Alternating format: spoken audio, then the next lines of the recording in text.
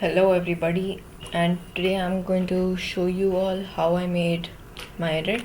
Many people were asking how to make this, and specifically this first effect with these tunnels. So I'm going to basically give a whole edit breakdown in this video, and so yeah, let's just start. Okay, so many people are asking how to do this one, so I'll just show it. This adjustment clip is nothing but just the pan cropping, and this is just color correcting. We can talk about that later.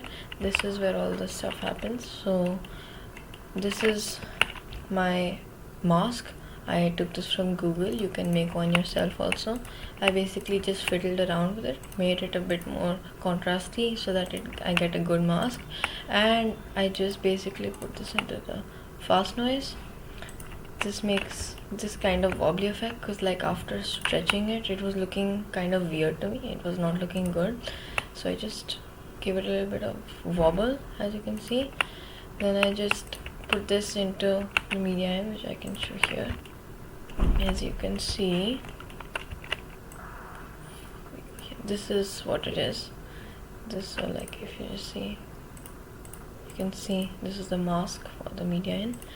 This mask also, if you can see, I just moved it, and you can see that this mask also goes into the other media in, which as you can see, I'll just show you here. This is what it is, and basically this mask is for both of them, and I've just basically changed some stuff. If you just see the difference, I've just inverted it. I've increased the size of it. That's basically it.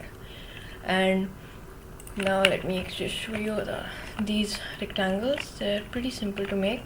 All you need to do is you have this shape, you put it into an extrude node. Okay, what it basically does, it just makes it like, if you can see, it's like this 3D width, right?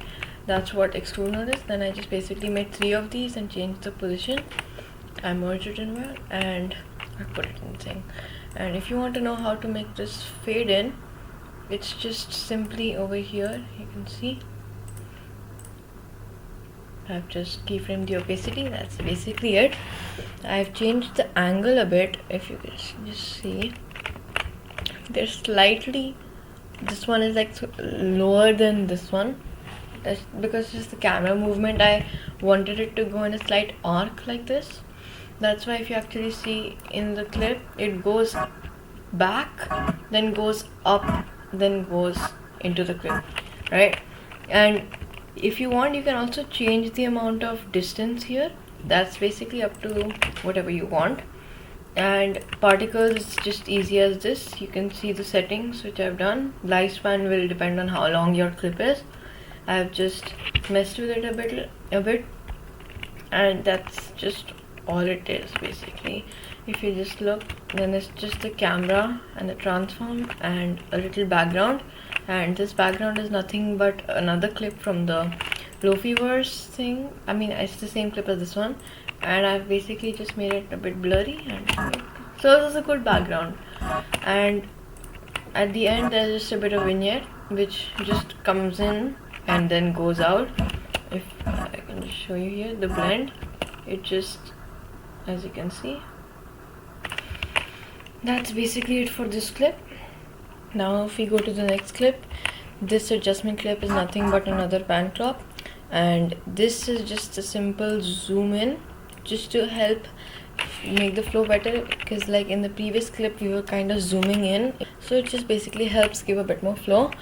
And over here, simple thing, we just have a fast noise, and we just have this. What basically we're doing here is we have this clip, and we're basically just keying out this background, and that's what allows us to make this kind of stuff. And this is nothing but just fast noise with the gradient of red and blue. So I just merged it here with this, just to give it that sort of pinkish hue which you can see here. And then it's just here like this, you can see this kind of thing, and then I just kind of merge it together. Then that's basically it for this clip. This is basically just the 3D thing which has the text based on the lyrics of the song, and this is also pretty easy, but this was my first try at this, so I liked it a lot. So this is just the same clip, and then it basically just kind of fades in and slides in. If you see, you can see how the fast noise just slides in. I can show you how to do that. This is our text. I've put this character level styling on it. You can see PJ's tutorial on it. It's pretty nice. Again over here and here, it's all hasn't appeared yet, but you can see this is follower. This is not character level styling, and here you can see this is also follower. It's just a simple fade in. Then I basically just added some effects, like you can see just some drop shadow, and I put everything in a 3D environment, alright, like this. Then we can see the camera is actually rotated 90 degrees here. So this is the background. The camera slides in like this. You can see the text, then it rotates, and that's when the text appears, and then it just kind of goes like this, and that's basically it. That's all the basics basically. And there's just some other stuff, like this is how you do it. It's just a fast noise with the shape 3D. If I zoom out, you can see it's a cylinder. I just thought it would give it a nice look. And this is the transform with the camera. That's basically it. You can see how I've done the keyframing, I mean the graphs, because for most 3D animations you'll have this kind of like S graph. Graphs, they're kind of like the letter S, or they're also called in and out graphs. Now this clip is still pretty fine. It's just this clip. There's nothing here. There's just a slide over here. As you can see, I just added this slide with directional blur, and there's a little logo animation here.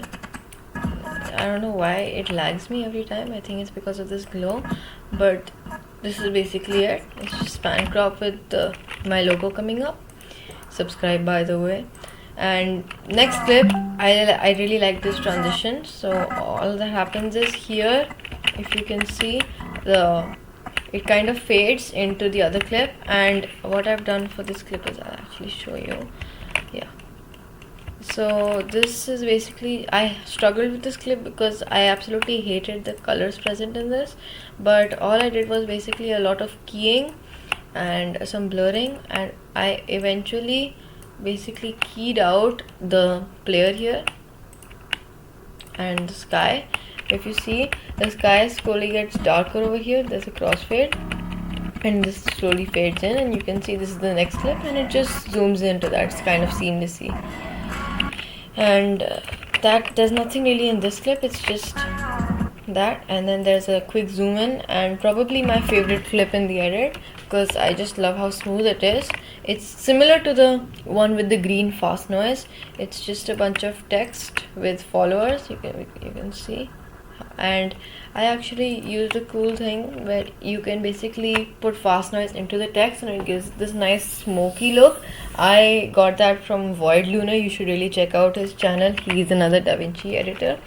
And over here, this is just DreamGlow by Escape Edits. I didn't mention it before, but you must have seen it in the node layout. Let me just close this. And this is the clip. You can see, again, I've used the same technique where it's just a clip which is slowed down, and actually I don't think I slowed it down here. Yeah, it's not slowed down, but basically you desaturate it and you put it in grayscale, and you basically put a defocus node. That really, I like that effect a lot. And this is again just the camera with the S curves, and that's basically it. But I really like the camera movement for this.